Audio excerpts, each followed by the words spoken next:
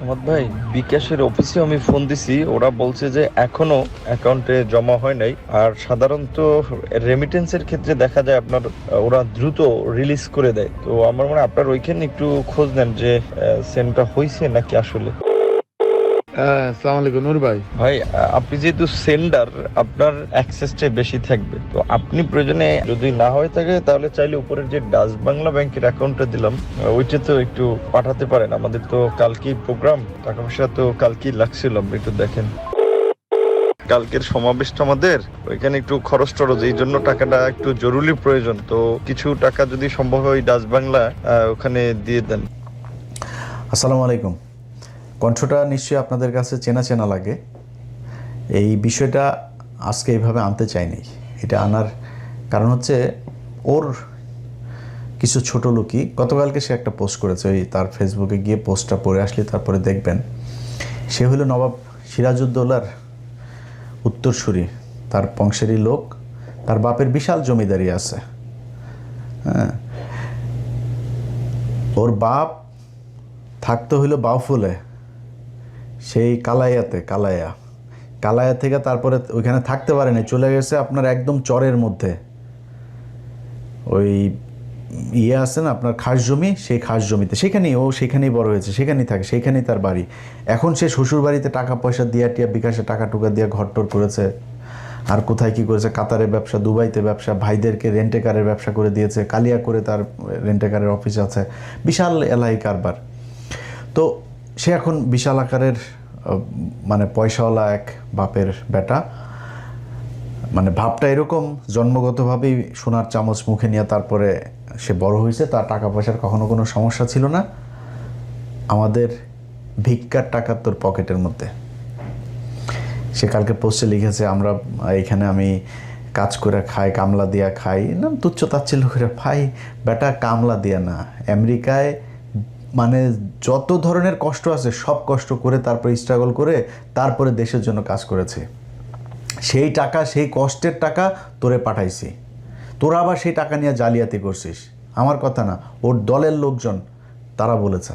প্রতি মাসে প্রবাসীরা এই চাঁদাটা দেয়, আমাদের একটা রিসিপ্ট পাওয়ার কথা, কিন্তু আমরা এই রিসিপ্টটা পাই না। প্রতি মাসে আমরা রিসিপ্টের জন্য এই আলোচনা হয়, অর্থ কমিটির হিসাব নিয়ে আলোচনা হয়, কিন্তু অর্থ কমিটি কোনো মাসেই স্বচ্ছ একটা হিসাব আজ পর্যন্ত দাঁড় করতে পারে নাই। এই বক্তব্যর পরে আবার যখন এই দলের ভেতরে গ্যাঞ্জাম শুরু হওয়ার পরে সে একটা টক শোতে গিয়েছিল, ওই যে খালিদ মহিউদ্দিনের। সেই টক শোতে যাওয়ার পর তার এই প্রশ্ন করা হয়েছে যে আপনি টাকা পয়সা হিসাব দেন না, আপনি ইচ্ছামতো বিকাশের টাকা টুকা নিয়ে সব ভাঙেন। তখন সে বলেছে কি যে আমি অর্থ কমিটি নাকি সব জানে, সে কিছু জানে না। আপনি প্রবাস থেকে কি পরিমাণ টাকা পেয়েছেন গণ অধিকার পরিষদের জন্য? সেটা আমাদের অর্থ কমিটি এবং অডিট কমিটি বলতে পারবে, কারণ এটা তো আমি জানি না। অর্থ কমিটি এবং অডিট কমিটি বলতে পারবে। হ্যাঁ, আসসালামু আলাইকুম নূর ভাই। ভাই, আপনি যেহেতু সেন্ডার, আপনার অ্যাক্সেসটাই বেশি থাকবে। তো আপনি প্রয়োজনে যদি না হয়ে থাকে তাহলে চাইলে উপরের যে ডাচ বাংলা ব্যাংকের অ্যাকাউন্টটা দিলাম ওইটা তো একটু পাঠাতে পারেন। আমাদের তো কালকেই প্রোগ্রাম, টাকা পয়সা তো কালকেই লাগছিল, আপনি একটু দেখেন। যখন এটা নিয়ে একটু আলোচনা শুরু হয় তখন নূর ভাই বলে, এই সামনের মাসে তোমরা সঠিক হিসাবটা নিয়ে আসবে। এখানেই আলোচনা থামিয়ে দেওয়া হয়, তারপর থেকে আলোচনাটা আগায় না। এইভাবেই অর্থ কমিটি চলতেছে। কোনো স্বচ্ছতা অর্থ কমিটির আজ পর্যন্ত এই 1.5 বছরে আমরা সঠিক হিসাব পাই নাই। ও চুরি করতো, এটা ওর দলের মানুষ।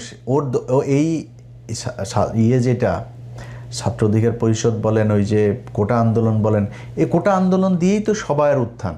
আপনি আসিফ বলেন, নাহিদ বলেন, ওই ওর আশপাশে যারা যে 2-4 জন আছে, ওর সাথে আর কেউই নেই এখন। ও খালি রাশেদার, ও এর বাইরে ওর সাথে কেউ নেই। ওর শ্বশুরবাড়ির কিছু লাঠিয়াল আছে, ফুফাতো ভাই, খালাতো ভাই, চাচাতো ভাই, এগুলো মিলে বরিশালের একটা গ্রুপে নিয়ে, একটা লাঠিয়াল বাহিনীরে নিয়ে ও এনে ধান্দাবাজি করে। এই ধান্দাবাজি করেই তার চলছে। এখন সে নিজের বিরাট আকারের পয়সাওয়ালা লোকজন, বিরাট আকারের মানে অনেক কিছু হয়ে গেছে। তো বুঝছেন না, ফকিন্নির পোলারে আপনি যদি নাকি টাকা পয়সা দেন, ও তো এটার গরম সহ্য করতে পারবে না। এখন যখন কিনা ওর এই টাকা পয়সাগুলো আমরা 2000 কত সাল, এটা 19 সাল, 19 তারপরে 20, ওই সময়টাতে সবচাইতে বেশি টাকা তাকে দেওয়া হইতো। একবার তার প্রতি মাসে আমরা 1-2 বার এরকম প্রতি মাসে দিতাম বিভিন্ন জনের কাছ থেকে তুলে। তো তাদের ভেতরে একজনের কাছে $2,500 পাঠানো হয়েছিল একবার, আমার মনে আছে। এই টাকা এরকম অনেকে পাঠিয়েছে এখানে, মানে আমেরিকায় যারা আছে আপনি খোঁজ নেবেন, ওই নায়েব আলী, ওই যে মাসুম, এরকম যারা যারা আছে পরিচিত লোকজন যারা আছে, আপনারা তাদের কাছে জিজ্ঞেস করেন, সবাই টাকা দিয়েছে এবং মানুষের কাছ থেকে নিয়ে তারপরে টাকা দেওয়া হয়েছে। আমি যদি দিয়েছি $500, আরেকজনের কাছ থেকে নিয়েছি $500, আর যদি কোনো সময় দেখা গেলো $100 আছে, ওকে $100 কত ভাই, 1000 হয়েছে, দান পাঠান, এভাবে টাকা পাঠানো হইতো। সেই টাকা $2,000 তাকে পাঠানো হতো, তখন $85, $84, $86 এরকম $1 রেট পাঠানো হইলো। সম্ভবত মনে হয় বাংলাদেশি টাকায় 2 লাখ বা এরকম অ্যারাউন্ড এরকম কিছু, আমার মনে নাই। বাট $2,500 আমরা পাঠিয়েছিলাম, 2,500। এই টাকা পাঠানোর পরে এখন হঠাৎ করে এই নুরু ফোন দিছে যে ভাই টাকা তো আসেনি। টাকা আসেনি মানে টাকা তো পাঠানো হয়েছে, ওর সাথে নামটা আর বললাম না ওইটা। এরপরে সে ধরা খাওয়ার পরে বলতেছে ভাই আমার বাচ্চা হয়েছে, ওয়াইফের ডেলিভারি, হসপিটালের বিলে টাকাটা খরচ হয়ে গেছে, আমি এটা খরচ করে ফেলছি। পরে আবার পাঠাইছি আমরা, এরপরে আবার ফের এই তুলে তারপরে তাদেরকে টাকা পাঠানো হয়েছে। নুরু এত সহজ না, আমেরিকার জীবন, আমেরিকায় আসে আর টাকা গাছ থেকে পড়ে যায় এরকম না। এখানে যারা স্যুট টুট পরেও বাংলাদেশে যায় না, এরা এখানে কে কী করে, তোর তো 14 গোষ্ঠীর মধ্যে মনে হয় আমেরিকা কেউ থাকে না, থাকলে জিজ্ঞেস করিস। ফকিন্নির বাচ্চা, তুই যে ভাব মারিস এখন, তোর যদি টাকা পয়সা সারা জীবনে যদি তুই বাংলাদেশের সালমান এফ রহমানও হইস, তাও আমরা বুঝবো তুই যে ফকিন্নির পোলা, তোর বাপ চরে থাকতো, তোরা এই কালায়া থেকে যায়, তারপরে তোর থাকার ঘর ছিল না, সেখানে কালায়াতে গিয়ে থাকতে, এটা আমরা জানি। এটা তুই কি ঠিক করতে পারবি? এই কথাগুলো আজকে আনতে চাইনি। ওর ইদানিং দেখবেন চলাফেরা, ওর পাঞ্জাবি, মানে নতুন নতুন পাঞ্জাবি, তারপরে হাঁটার যে ধরন, হাঁটার ভাবটা দেখলে আপনি বুঝবেন যে ফকিন্নির পোলাদের টাকা পয়সা হইলে কি হয়, এটা এরে দেখে ভালো করে বুঝবেন। তো তার মূল কাজটা যেটা, সেটা হচ্ছে এখন যেটা হয়েছে, সে মূলত একটা ভাব ধরতে চাচ্ছে, একটা সুশীল একটা ভাব ধরতে চাচ্ছে। মাঝে মাঝে দেখবেন মবের বিরুদ্ধে কথা বলে, মব হচ্ছে এই সে এরকম কথাবার্তা বলতো, দেখতেন না? অথচ ওর এই যে কিছু ওর এই বাউফল, তারপর কি বলে কালায়া মালায় এইসবের কয়েক জায়গার গলা চিপার কিছু পোলাপানে নিয়ে ও এখানে ঢাকা শহরে মাস্তানি করেছে। এই 5 তারিখের বহুত মানুষের, আওয়ামী লীগের লোকজনের ব্যবসা প্রতিষ্ঠান, বাড়িঘর, এগুলো তো কালকে পোস্ট করেছে, আমি করেছি। ও যেই কাজগুলি ও করে, এই কাজগুলো আমার উপর দিয়ে চালিয়েছে।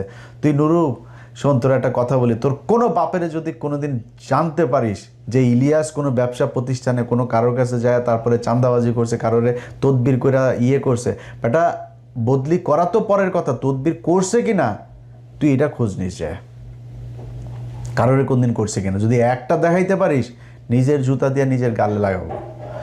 তুই তোর মতো মনে করিস তুই সবাই রে, সে এগুলো কালকে পোস্টে লিখেছে।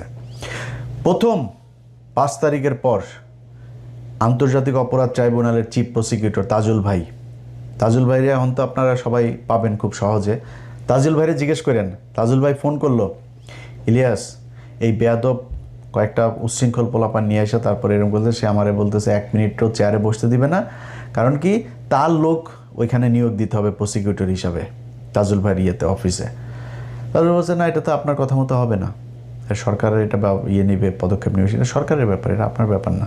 তাজুল ভাই স্টেট কার্ড কথা বলে আইছে। তাজুল ভাই এই অপমান সহ্য উনি আমার ফোন দিয়েছে, তাজুল ভাই বলছে ইলিয়াস এই ব্যাপার কী বল। তা আমি জাস্ট খালি পোস্ট দিলাম, বলছি নুরু তোরে 2 মিনিট সময় দিলাম, 2 মিনিটের মধ্যে ওইখান থেকে বের হয়ে আসবে, মাস্তানি সব জায়গায় করবে না। আচ্ছা তাজুল ভাইরে আমি ভীষণ পছন্দ করি। সাথে সাথে রাশেদ ফোন দিছে, বলি ভাই আপনি এই পোস্টটা ভাই ডিলিট করেন, আমরা ভাই এখান থেকে চলে যাচ্ছি, সরে আসছে। আচ্ছা, স্বাস্থ্য মন্ত্রণালয়ের একজন স্বাস্থ্যমন্ত্রী একজন ব্যক্তিগত সহকারী ছিল, সেই ছেলেটা একজন জুলাই যোদ্ধা, তার হাত দিয়ে বহু জুলাই এই যুদ্ধে আহত বহু মানুষকে সে এই সুস্থ করেছে। এইটার কারণেই তাকে এই মন্ত্রীর পিএস বানানো হয়েছিল।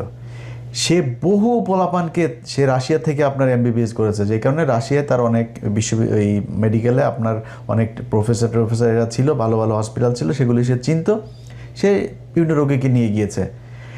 এমন একজন মানুষকে সে তার একটা তদবির করেছে, তাদের কাছ থেকে আপনার কিছু জিনিস কিনতে হবে, এটা নুরু দিবে, সাপ্লাই দিবে। সে বলছে না ভাই আমি এটা পারবো না। কেন পারবে না? তার বিরুদ্ধে যায় আপনার দুদকের সামনে যায়, তার পোলাপান কয়টা আছে, 50-60 জন কি পোলাপান আছে, এগুলো টাকা পয়সা দিয়ে পালে আগে বিকাশে টাকা খাইতো, এখন ধান্দাবাজি টাকায় খায়। তো এখন হয়তো সংখ্যা আরও বাড়বে। দুদকের সামনে যায় এক দফা এক দাবি নিয়ে বসছে, ওই ওনারে পিএসসি করতে হবে। দুদকের যায় সেখানে ফাইল করছে, সেখানে মব সৃষ্টি করে সেই ছেলের বিরুদ্ধে তারপরে করা হয়েছে। সেই পিএস আমার ফোন দিল, ভাই এই ব্যাপার। আমি সাথে সাথে এটা খোঁজ নিলাম, নিয়ে দেখলাম যে ছেলে খুব ভালো। সে বাইরে তখন দুদকে সে যখন করেছে, আপনার কমপ্লেন করেছে, সে তখন রাশিয়াতে। এই নুরু বলেছে দুদককে যে সে রাশিয়া পালিয়ে চলে গিয়েছে, অথচ নুরু তখন একজন রোগী, খুব সিরিয়াস একজন রোগী। আপনাদের মনে আছে যে যার ওই যে মুখ দিয়ে আপনার এই নাকটাক এগুলো সব যে একদম হয়ে গিয়েছিল আর কি, বিকৃত হয়ে গিয়েছিল, সেই ছেলেকে সে ওইখানে ট্রিটমেন্ট নিয়ে দিতে গিয়েছে। সেই ছেলেরও বক্তব্য আমাকে পাঠিয়েছে, শোনেন আপনারা। আমি সেগুনচন্দ্র ভগবান এমনিতে সবাইকে দাদা নমস্কার ও রচি ভাগ্যদের আসসালামু আলাইকুম। এই জুলাই আন্দোলনে শুরু হওয়া 5 আগস্টে সফল আহতদের নিয়ে যে গাছপার কাজ করেছেন, সেই গাছপার হচ্ছেন ওষুধের স্বাস্থ্য উপদেষ্টা নুরজাহান ধরনের ব্যক্তিগত কর্মকর্তা ডাক্তার মাহমুদুল হাসান। ইন্দিরাও তিনি এপিসে সলিদারিতে রাশিয়া আমার ছাত্র গিয়েছিলেন উন্নত চিকিৎসার জন্য। তো আমি এখন শুনতে চাচ্ছি ওনার নামে অনেক মিথ্যা গুজব ছড়াচ্ছেন, উনি নাকি কোটি কোটি টাকা রাশিয়া সাক্ষাৎ করেছেন। আরও শুনতে চেয়েছি উনি নাকি বাংলাদেশে আট দেন না, তো আমি তো দেখছি এখন উনি বাংলাদেশে আছেন। কিছু কিছু শুদ্ধভাবে লোক আছেন যারা মিথ্যা অপবাদ ছড়াচ্ছেন। আমি তাই এসবের সঙ্গে দেখতে বলতে চাই যে তারা যেন একটি মানুষটি কাটতি থেকে বরখাস্ত করা দেয়, গেল থেকে ঠিকত কিছু নিয়ে খাটরি। কারণ এই বিষয়টি কিছু করলামের তাহলে এটা আমাদের দেশের জন্য খুবই দুঃখজনক। এমনকি আসাম নামের ভাই অনেক ভালো মানুষ, তিনি আমার সাথে ছিলেন প্রায় 2 মাসের মতো। সেখানে আমি দেখেছি উনি অনেক ভালো মানুষ।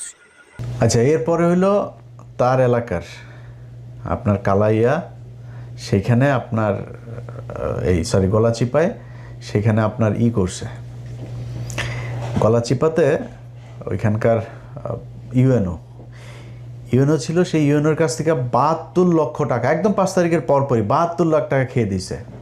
সেই খাওয়ার আবার একটা কঠিন কৌশল করে তারপরে সে খাইছে। ওই লোক আওয়ামী লীগের লোক, তারা বলছে তো আপনারা আমি রাখবো, আমি কি পাবো। তখন সে একটা সিস্টেম করছে যে নুরুকে সংবর্ধনা দিবে। এই সংবর্ধনার কথা বলে 72 লাখ টাকা খরচ করছে একটা সংবর্ধনার পিছনে। এটা সেই ইউএনওর সেই মধ্যে এখনো পর্যন্ত আছে। অতএব সেইখানে যখন 72 টাকা খরচ করতে হলে তো একটা হিসাব খরচটাও দেখাইতে হবে। প্যান্ডেল করছে, বিশাল এক প্যান্ডেল। এই যে প্যান্ডেল আপনারা দেখতেছেন, এইটা লোকজন নাই, খালি জায়গা। নুরু যায় থাকবে, 1 রাত থাকবে। 1 রাতের জন্য একটা এসি কেনা হয়েছে। সেই এসি রুমের মধ্যে নুরু থাকতে হবে। নুরুর বাপ তো হইল গিয়া জমিদার, নুরু জীবনে তো এসি ছাড়া ঘুমায় নাই। নুরুর জন্য এসি কিনতে হয়েছে 1 রাতের জন্য। এই এসি মিসি কিনা আমার কাছে ওই পুরা এই কাগজ আছে, এই যে তালিকা দেখছেন, এই বিভিন্ন নামে দেখায় টোটাল প্রায় 73 লাখ টাকা সে ওখান থেকে উঠাইছে। এই টাকাটা পুরা নুরু মেরে দিছে। এইভাবে সে এই 5 তারিখের পর থেকে পুরা সময়টাতে সে আপনার নানান ধরনের টাকা লুটপাট করছে। তো এই ফকিন্নির পোলার আপনার পা থেকে মাথা পর্যন্ত পুরাটাই দুর্নীতি, অনিয়ম, মানুষের টাকা আত্মসাৎ, এটাতে ভরা। সে জীবনে কোনো দিন আওয়ামী বিদ্বেষী ছিল না, সে আওয়ামী বিরোধী জীবনও কখনো ছিল না। তার রক্তের মধ্যে আওয়ামী লীগ।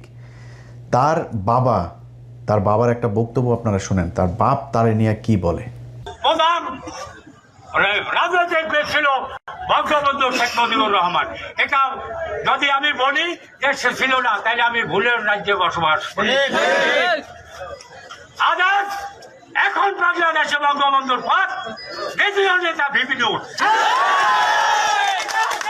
আমি আপনাদের কাছে আর একটা কথা বলি, আমি এখান থেকে বিদায় নেব।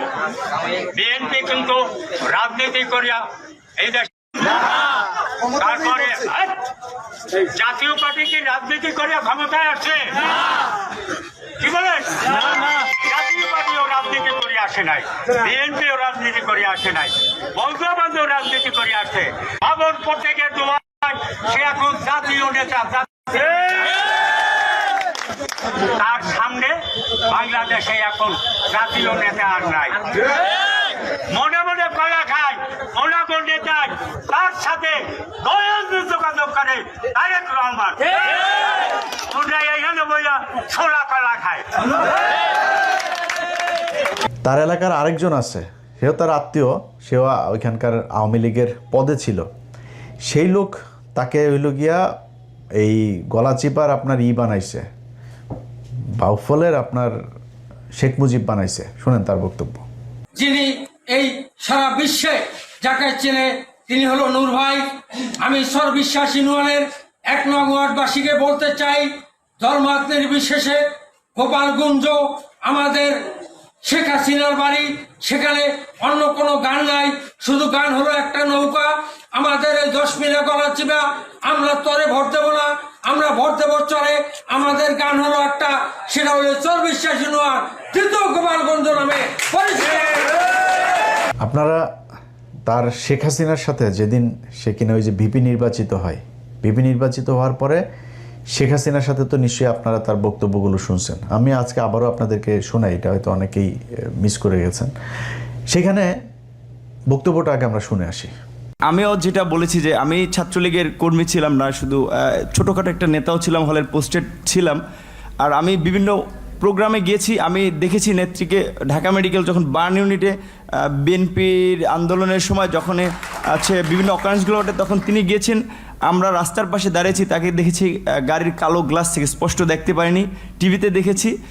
আর আজকে দেখার পর আমি অনেকক্ষণ চেয়ে রয়েছি। আমি 2.5 বছর বয়সে আমার মা মারা যায়, আর আমার ছোটো ব্যাচকে এখানে এসেছে, ওর বয়স ছিল তখন 1 বছর।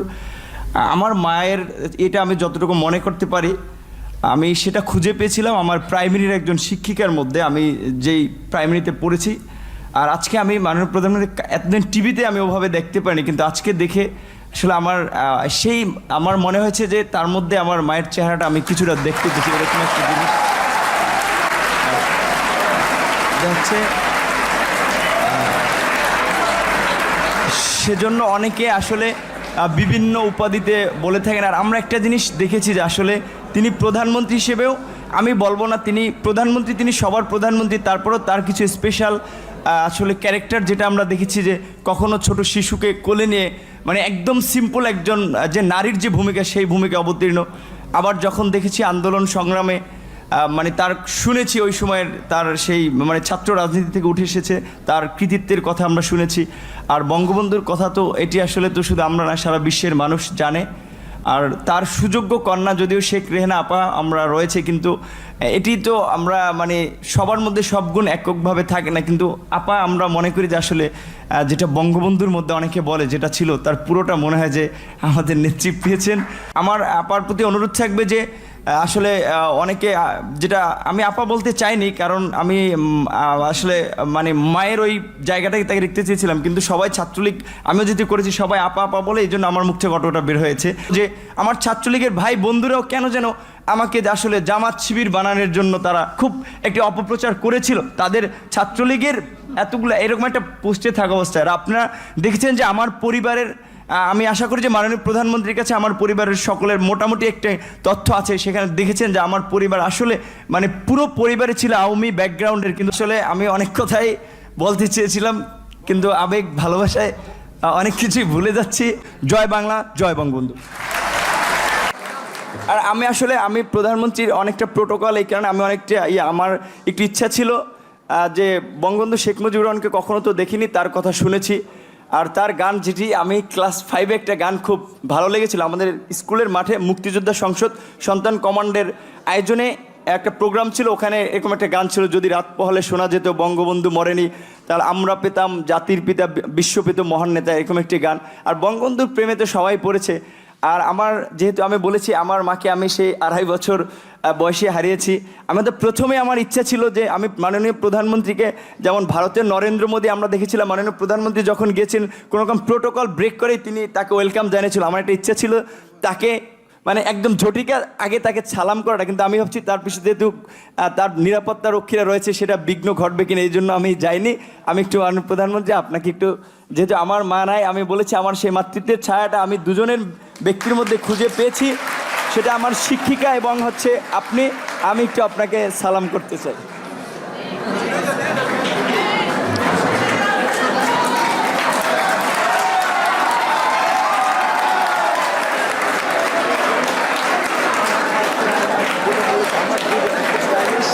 দেখেন, তাকে এই কোটা আন্দোলনের পোলাপান, এটা তো সে একা করে নাই। এই আন্দোলন যারা করছে তাদের ভেতরে অন্য যারা ছিল, ওই দিন যখন সে শেখ হাসিনার ওই প্রোগ্রামে যায়, সবাইকে নিয়ে গেছে এক গাড়িতে, আর তাকে নিয়ে গেছে আবার আরেক গাড়িতে। এটা প্রমাণও আছে। ছাত্রলীগ নেতারা ঢাকা বিশ্ববিদ্যালয়ের বাসে করে গণভবনে গেলেও ভিপি নুরুল হক ও সমাজসেবা সম্পাদক আক্তার হোসেন যান আলাদা গাড়িতে। এই আলাদা গাড়িতে নেওয়ার কারণ হচ্ছে তারে শেখ হাসিনা ওই দিনই তাকে পারচেজ করে, সে ওই দিন তার কাছে বিক্রি হয়ে যায়, এবং যেই কারণে যারা তার সাথে এতদিন আন্দোলন করছিল তারা আবার ঢাকা বিশ্ববিদ্যালয়ে পরের দিন সংবাদ সম্মেলন করে এটার অভিযোগ করে। কিন্তু আমরা মনে করি তিনি যে বক্তব্য পূর্বে দিয়েছেন এবং গতকাল যে বক্তব্য দিয়েছেন, এটি এক ধরনের মানে টোটাল আন্দোলন স্পিরিটের জন্য ক্ষতিকর বলে আমরা মনে করি। যে আন্দোলনটা যে গতিতে যাচ্ছিল এবং তার মুখের দিকে সারা দেশে ঢাকা বিশ্ববিদ্যালয়ের ছাত্র সমাজ তাকিয়েছিল, এটি ঢাকা বিশ্ববিদ্যালয়ের ছাত্র সমাজকে যথেষ্টভাবে হতাশ করেছে বলে আমরা মনে করি। তার সাথে গতকাল তিনি গণভবনে বক্তব্য দেওয়ার পরে তার সাথে আমরা এখনও মিটিংয়ে বসতে পারিনি। তার সাথে আমরা বারবার যোগাযোগ করার চেষ্টা করেছি যে আপনি যে বক্তব্যটা দিয়েছেন, এই বক্তব্য কি আপনি নিজে স্বীকার করে দিচ্ছেন, তার মানে আপনি কি চান না যে আন্দোলনটা চলুক কি চলুক না। তিনি এখনও আমাদের সামনে এটি স্পষ্ট করেননি। যেহেতু তিনি স্পষ্ট করেননি, আমরা মিডিয়ার মধ্য দিয়ে যে বক্তব্য, গণভবনে প্রধান বক্তব্য যেটি পেয়েছি, এটি যথেষ্ট সাংঘর্ষিক।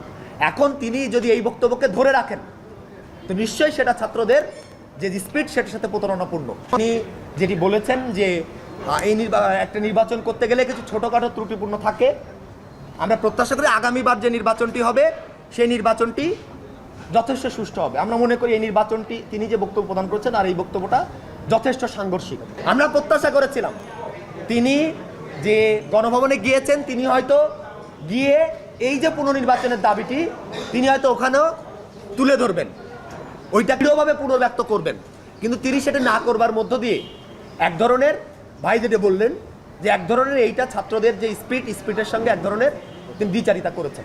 আচ্ছা, এটা আবার দেখেন, সে একটা ব্যাখ্যা দিয়েছে যে তাকে নাকি ওই দিন নিয়ে যাওয়া হয়েছিল, মানে এই 5 তারিখের পরে সে ব্যাখ্যা দিয়েছে তাকে নাকি ওই দিন নিয়ে যাওয়া হয়েছিল, তার বাবাকে চাপ দিয়ে তারপরে নিয়ে যাওয়া হয়েছে। অথচ ওর বাপের সাথে ওর ভালো সম্পর্ক না। ওর বাপ এই 5 তারিখের পরে ওর পিছনে আসে, ওর বাপের সাথে কিন্তু ওর ভালো সম্পর্ক না। ওর বাপ ওরে দেখেও না তেমন ঠিক মতো। ওর ওই যে নানি বাড়িটারি আরও কিছু আত্মীয় স্বজন আছে, তারা ওরে দেখে। ওর বাপ আরেক জায়গায় বিয়ে করে, ওর বাপ তার মতো থাকে, ওর বাপের সাথে ওর সম্পর্ক ভালো না। অথচ তার বাপের নাকি চাপ দিয়ে তাকে নাকি ইয়ে করছে। অথচ তার যে বক্তব্য আপনারা শুনলেন, আপনার কি মনে হয় যে কোনো দিন কোনো মানুষকে চাপ দিয়ে এত স্বতঃস্ফূর্তভাবে তোরা চাপ দিয়ে নাই অনুষ্ঠানে নিয়ে যাইতে পারে? আপনাকে আমার মায়ের মতো লাগে, আপনার পায়ে ধরে মাপ চাইছে, আপনারা দেখছেন না, পায়ে ধরে সালাম করছে সে, অথচ সে বলে আরেকটা। আমার কাছে ফোন আসলো তৎকালীন প্রধানমন্ত্রীর কার্যালয়ের থেকে, যে ডাকসুর সমস্ত প্যানেলকে তিনি চায়ের আমন্ত্রণ জানিয়েছে। যাওয়ার সিদ্ধান্ত নেওয়ার আগেই তখন আমার বাবাকে এই পটুয়াখালী থেকে ঢাকায় নিয়ে আসা হয়, এবং নিয়ে এসে তাকেও কিছুটা আসলে যে আতঙ্কিত করা হয়, আপনার ছেলে যদি না যায় আপনার ছেলেকে মেরে ফেলতে পারে। যে দেখেন, খালেদা জিয়ার মতো একজন বিশাল মাপের নেত্রী, তাকে জেলে নিয়েছে, বিএনপির নেতাকর্মীরা কি আন্দোলন করে তাকে বের করতে পেরেছে? সে যদি না যায় এটার জন্য তার পরিণতি কিন্তু চরম আসলে খারাপ হতে পারে। তো এখন আমার মা নেই, তো আমার বাবা আসলে এক প্রকারে আমার বলা চলে যে খুব ক্ষমা চাওয়ার মতো, যে বাবা আমি তো তোদেরকে মানুষ করেছি, আমি তোদের কাছে কিছু চাই নাই, বলি নাই, তোরা বিশ্ববিদ্যালয়ে পড়স। আমি তোর একটা অনুরোধ করি যে যেহেতু প্রধানমন্ত্রীর পক্ষ থেকে দাওয়াত করা হয়েছে, গণভবনে যাও। উনি স্বাভাবিকভাবেই যে একজন মায়ের জাতি, তো ওনাকে তুমি সেভাবেই সম্মান করবা। আমার বাবাই আমাদেরকে তখন মায়ের আদর বাবার আদর দুটো দিয়ে বড় করেছে। তখন আসলে আমি খুব একটা দায়বদ্ধতার মধ্যে পড়ে যাই যে আমার বাবার কথা বা বাবার একটা আকুতি বা আমি নিজে যেই ক্যারেক্টারের বলা চলে সেটা আমার বাবার অনুরোধের কারণে। আচ্ছা দেখেন, সে যে কথাটা বলেছে এই কথাটা সত্যি না। তার বাবাকে ধরে তারপরে চাপ দিয়ে তাকে তারপর করেছে, এই কথাটা সত্যি না। কিন্তু একটা জিনিস সবার মাথায় প্রশ্ন আসতে পারে যে নুরু তো হাসিনার বিরুদ্ধে আন্দোলন করেছে, অনেকবার মার খেয়েছে, বহুবার, যতবার মার খাইছে ওর লুঙ্গি খুলে যদি নাকি ওর পশম গুনেন অতগুলি পশম মনে, যতবার পিটানিও খাইছে, ও জীবনে বহুত পিটানি খাইছে। তো এই পিটানি খাওয়ার অভ্যাসটা তার আছে, কিন্তু উদ্দেশ্য তার একটা ছিল, সেগুলো তার বড় হইতে হবে, মানে পয়সা পাতি হইতে হবে, ক্ষমতা আসতে হবে, এরকম একটা তার এইটা ভয়ঙ্কর রকমের ছিল তার ভেতরে। যে কারণে সে কিন্তু হলের পোস্টেড নেতা, সে ছাত্রলীগ করতো, আওয়ামী লীগ করতো, বাট ওইখানে যে ভাত পায় নাই, এখন তারা আলাদা সংগঠন করে তার নেতৃত্বে আসতে হবে, সে কারণে সে এটা করেছে। এই দেশের জন্য না, এই মানুষের জন্য কোনো কিছু না, সে তার নিজের জন্য করেছে। এবং তার পা থেকে মাথা পর্যন্ত পুরাটা দুর্নীতি এবং অনিয়ম এগুলো দিয়ে ভরা। এটা আমার কথা না, মানে আমি যে তাকে তার সাথে লাগার জন্য বলছি সেটা না, তার দল যারা করেছে এই পর্যন্ত, এই যে যাদেরকে দেখেন আসিফ নাহিদটাই যা কেউ থাকে নাই তার সাথে, কারণ থাকে না জানেন, কারণ তার এই চরিত্রের কারণে। আমার এখানেও আপনাকে একজনের বক্তব্য শুনে, তার দলের লোকজন তারা কি বলে, তারা যারা তার সাথে ছিল, যারা টাকা পয়সা দিত, এখানে কয়েকজন ব্যবসায়ী আছে আমার পরিচিত, এরা টাকা দিয়েছে, আমি বহু মানুষকে ভাই করেছে, ভাই নাম্বার দিয়ে দিতাম, ভাই এই নাম্বারে টাকা দিয়েন, একটা কল দিয়ে টাকা দিয়েন, এভাবে টাকা দিত। সেই ব্যক্তিরা তার দল থেকে চলে গিয়েছিল। চলে যাওয়ার কারণ আবার আছে আরেকটা, সেটাতে যাই, সেটা দিয়ে শেষ করি। এটা হচ্ছে যে আপনাদের ওই রেজা কিবরিয়ার কথা তো মনে আছে, তাই না? রেজা কিবরিয়া যখন দলে আসে, রেজা কিবরিয়া কিন্তু খুব ইন্ডিয়া বিরোধী একটা মানুষ। তো সে বারবার প্রকাশ্যে বলতো যে তার বাপকে খুন করেছে, আওয়ামী লীগ মেরেছে, বিএনপির কেউ তার বাপকে মারে নাই, এই কথাগুলো কিন্তু সে বলতো। এই কারণে তাকে দেখতে পারতো না। তখন এই নূরের সাথে হাসিনার সম্পর্ক খুব ভালো, এবং হাসিনা তখন নুরুকে পুরো একদম কিনে ফেলেছে। ওই সময়টাতে যখন রেজা কিবরিয়া এসে দলে ঢুকার পরে ইন্ডিয়া রেজা কিবরিয়াকে থাকতে দিবে না। একজন ব্যক্তিকে ঢুকাইলো, তার নাম হলো বিপ্লব কুমার পোদ্দার। সে বিপ্লব কুমার পোদ্দার হঠাৎ করে এসে দলের ভিতরে একদম প্রথম সারিতে চলে আসলো, তার পাশে বসে থাকে। এই লোকটা যখন আসার পরে রেজা কিবরিয়াকে বাদ দিয়ে দিবে। যখন রেজা কিবরিয়াকে বাদ দিয়ে দিবে বলছে, তখন আবার আমরা একটু রিয়েক্ট করলাম যে আপনারা এটা বাদ দিচ্ছেন কেন? এটা বাদ দেওয়ার পরে ওর দলের ভেতরে কিছু মানুষজন ওর থেকে বের হয়ে গেলে, এখানকার আমার পরিচিত কিছু ব্যবসায়ীরাও বের হয়ে যাবে, এবং এরা তখন বললো যে আমরা ওরা টাকা পয়সা দিব না, আমরা আগের টাকা পয়সার হিসাব চাই। এই টাকা পয়সার হিসাব যখন চাইছে, সে টাকা পয়সার হিসাব দিবে না, টাকা পয়সার হিসাব তার কাছে নাইও, সে দিতে পারবেও না। তো তারা করলো কি, তারা দল থেকে বের হয়ে গেল, এবং তারা সরাসরি অভিযোগ করেছে এই অভিযোগগুলো। এনিওয়ে, আমি ওনাকে প্রতি মাসে আমি টাকা দিতাম দলের জন্য, কিন্তু ওনার নামে, ওনার অ্যাকাউন্টে, ওনার বিকাশ নম্বরে আমি টাকা দিতাম। সো এটা আজ থেকে আমি আর দিব না, এমনকি আমি ওনার সাথে কোনো দল করব না, এই দলের মধ্যে আমি নাই। উনি জাতির কাছে আইসা মাফ চাও, যদি জাতি মাফ করে দেয় ভালো, আর এইরকম দেশের গাদ্দারের সাথে আমি কাজ করব না। আর যদি আপনারা প্রমাণ সহকারে রিসিপ্ট সব কিছু দেখতে চান, আমি দিয়া দিব ইনশাল্লাহ, এবং কি প্রুফ সব কিছু আছে। আমি উনাকে প্রতি মাসে টাকা দিতাম, উনি একটা টাকাও দলের মধ্যে দেয় নাই। আমরা আমেরিকা থেকে অনেক টাকা পয়সা এই দলের জন্য দিয়েছি, যেটার এখন পর্যন্ত আমরা কোনো হিসাব পাইনি, অর্থ কমিটির কাছেও পাইনি, নূরের কাছেও পাইনি। আমরা বিকাশের মাধ্যমে, বাই অ্যাকাউন্টের মাধ্যমে, বাই পিন নম্বরের মাধ্যমে আমরা লক্ষ লক্ষ টাকা এই দলের জন্য দিয়েছি। আমরা আর কোনো টাকা পয়সা এই দলের জন্য খরচ করব না, কারণ এই দলটা এখন এনডিআর হাতে চলে গেছে। আর সদস্য সচিব এটাই করতেছে, এনডিআর রয় ওনাকে যে মেসেজটা দিতেছে এটাই উনি করতেছে। আপনারা দেখেন যে উনি ডক্টর রেজা কিবরিয়া, ওনাকে বের করার ফায়দারা উনি করতেছে, আসলে উনি করতেছে না, এটা রোর মাধ্যমে হয়েছে, কারণ রেজা কিবরিয়া এগেনস্ট অফ র। আচ্ছা, খালি রয়ের বিষয়টাই না, তার সাথে আবার মুসাদের বিষয়টাও কিন্তু এখানে আসছে, তাদের সাথেও সে দেখা করছে, এবং সে তার লোকজন যাদের টাকায়, যাদের প্লেনের ভাড়ায় সে ওখানে গেছে, তাদেরকে পর্যন্ত রাখে নাই। সে গোপনে যায় মুসাদের সাথে, ওই যে মেহেন্দি সাপাদির সাথে দেখা করে আসছে, সেটা তার দলের লোকজন বলছে। মিটিংয়ে ছিলেন কতক্ষণ আপনি মেহেন্দির সাথে? 40-45 মিনিট। ছবি তুলে নেয় মেহেন্দির সাথে? একটা বোধহয় তোলা হয়েছিল আমাদের। হ্যাঁ, ওইটা আমাকে দিবেন, ওইটা আমি ড্যানিয়েলকে পাঠাবো, ড্যানিয়েলকে আপনার নাম্বার দিব, আমি বলবো যে আমাদের লোক, ঠিক আছে? ড্যানিয়েল আপনার সাথে ফোন দিবে। He was meeting with Safadi about this issue. And there was other meeting took place, I think, in Dubai, in Qatar, in India. Mehedi and সাফাদির সাথে আমার মিটিং হয়েছে, আমার বৈঠক হয়েছে, আমার কথা হয়েছে, আমার আলোচনা হয়েছে, তো তাতে কি হয়েছে? 11 ডিসেম্বর নূর ভাই আমাকে এসএমএস করে জানালেন যে জীবন ভাই 16-17 তারিখ যদি আপনি ফ্রি থাকেন তাহলে আমরা উমরার উদ্দেশ্যে মক্কা চলে যাব, সেখান থেকে হজ করে আমরা আমাদের এই সাংগঠনিক কার্যক্রম শুরু করব। আমি বললাম ঠিক আছে, আমরা চলে যাবো, সমস্যা নেই। তো যখন তারিখটা কাছাকাছি আসলো তখন আমাকে তিনি 19 তারিখে ফোন দিলেন, বললেন জীবন ভাই আমি চলে যাচ্ছি, একজন ভালো ডোনার পাওয়া গেছে যে কিনা আমার টোটাল ফেয়ারটা বেয়ার করবে। তখন আমাকে বললেন আমার তো কিছু অ্যাপয়েন্টমেন্ট আছে, যেহেতু আমরা একসঙ্গে যাচ্ছি আপনাকে বলা উচিত, এখানে আমার মুসাদ সহ বিভিন্ন গোয়েন্দা সংস্থার সঙ্গে দেখা হবে, আমাদের একসঙ্গে যেতে হবে। তো আমি ওনাকে স্ট্রেট বলে দিয়েছিলাম ওই সময় যে জি না, আমরা তো হজ করতে যাচ্ছি, এই মুহূর্তে আমি এই ধর্মীয় অনুভূতি এবং রাষ্ট্রীয় বিরোধী কোনো কাজ কর্মকাণ্ডে অংশগ্রহণ করব না, আপনি কাতার চলে যান আর আমি মক্কা চলে যাই। তখন উনি কাতারের প্রবেশ করলেন আর আমি মক্কার উদ্দেশ্যে রওনা করলাম। আমি মক্কায় 18 দিন থাকার পর উনি মক্কা যখন আসলেন তখন আমার সঙ্গে দেখাও ওনার হয় নাই। তো টোটাল সাংগঠনিক সফরটা আমাদের একসঙ্গে ছিল, কিন্তু আমরা একে অন্যের সঙ্গে কখনো দেখা হয়নি, কারণ একটাই বিষয়, আমি ওনার সঙ্গে দ্বিমত পোষণ করেছিলাম। তাই এবার এই যে বিভিন্ন দেশের গোয়েন্দা সংস্থা এবং যারা আমাদের শত্রু হিসাবে আমরা যাদেরকে ট্রিট করি, সেই সব দেশের গোয়েন্দা সংস্থার সাথে যায় যেই নেতা তারপরে গোপন গোপন বৈঠক করে, সেই বৈঠকে কি কথা হয়েছে কি আমাদের দেশের মানুষকে আজও পর্যন্ত সেটা জানতে দেওয়া হয় নাই। এবং হাসিনাও কিন্তু তাকে কিছু বলে নাই, কারণ হাসিনার সেই রয়ই তাকে সেই মিটিংগুলো করাইছে, যে কারণে তাদের কোনো সমস্যা নেই। সে কিন্তু এখান থেকে আসার পরে বিমানবন্দর থেকে তাকে অফিসে নিয়ে যাওয়া হয়েছে, তারপরে সেখান থেকে নিয়ে যাওয়া হয়েছে ভারতীয় হাই কমিশনে, তার লোকজন বলছে এগুলি। দুবাইতে আইসা যে মেহেদী সাফাদির সাথে মিটিং করলেন, প্লাস ওইখান থেকে যাওয়ার পর বাংলাদেশে এনডিআর বা গোয়েন্দা বা হাই কমিশনারের সাথে মিটিং করলেন, এটা কিন্তু আমাদের দলের জন্য কাম্যকর নয়। উনি যে কাজটা করছেন দেশদ্রোহী, তাই আমি খুবই দুঃখ পাইছি। দেখতেছেন কিছুদিন থেকেই আমাদের গণ অধিকার পরিষদে একটা বিশৃঙ্খলার সৃষ্টি হয়েছে। দুঃখজনক হলো বিষয়টা সত্যি। বিপ্লব কুমার পোদ্দার উনি যখনই আমাদের দলে আসলেন তারপর থেকে আমাদের দলের সমস্যাটা শুরু হয়েছে, কারণ বিপ্লব কুমার পোদ্দার উনি একজন রোড এজেন্ট। আমাদের সদস্য সচিব বিপি নুরুল হক নূর উনিও একজন রোড এজেন্ট। উনি ইন্ডিয়ান হাই কমিশনারের সঙ্গে দেখা করেছেন, রোর সঙ্গে ওনার কন্টিনিউ যোগাযোগ আছে।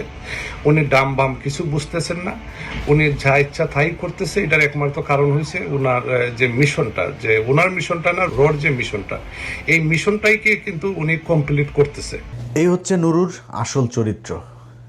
এবার বাকিটা আপনাদের। নুরু এখন মন্ত্রী হয়ে গেছে, মন্ত্রী এসে নিজের মনে করছে সে কুয়ার ব্যাংক, সে এটা মনে করারই বিষয়, বাট দিন এটাই শেষ না। নুরু, তোমার কপালে ওই আগে যেরকম খাইতে না, ওই জিনিস তোমার কপালে আরও বহুত আছে। ওই যে গলা চিপার লোকজনই তোমারে খাইয়ে দেবে।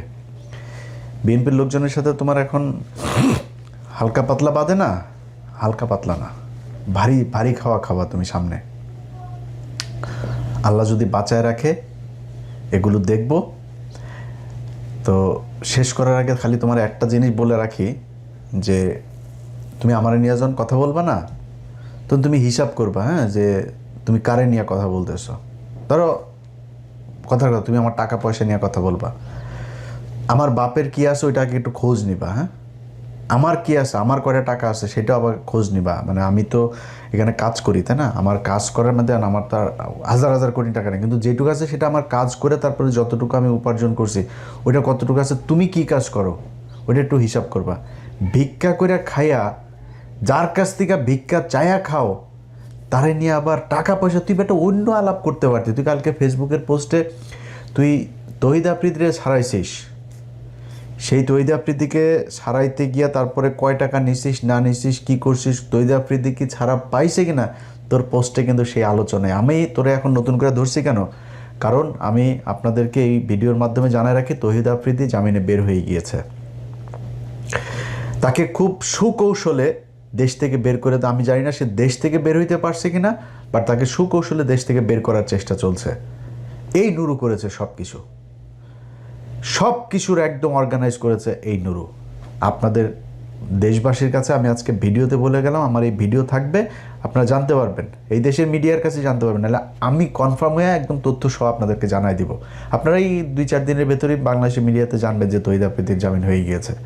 কিন্তু জামিনটা আসলে হয়ে গিয়েছে, সে বের হয়ে গিয়েছে, এটা নুরু করেছে, এই জন্য ওরে আমি ধরছি এবার। সো তুই টাকা পয়সা নিয়ে তারপরে ধান্দাবাজি করিস, আর আমি এই যারা ধান্দাবাজ তাদেরকে ধরানোর জন্য নিজের জীবন বাজি রেখে নিজের বিপদে ফেলে শত্রুতা তৈরি করে তারপরে তাদের শাস্তি চাই। এটা তোর মধ্যে আর আমার মধ্যে পার্থক্য। আর তুই আমার নিয়ে যখন কথা বলবি না, তোর পেটটার মধ্যে একটু হাত দিবি, দিয়ে দেখবি যে আমার কষ্টের টাকা তোর পেটের মধ্যে আছে, তোর টাকা আমার পেটের মধ্যে নেই, জীবনে আসবেও না, ইনশাল্লাহ আসবেও না। কারণ তোর না খায় মারা গেলেও তোর কাছে ভিক্ষা করবো না, তুই যেমন ভিক্ষা করতে পারিস ওটা আমার দিয়ে হবে না। সো খুব হিসাব করে কথা বলবি। আল্লাহ হাফেজ।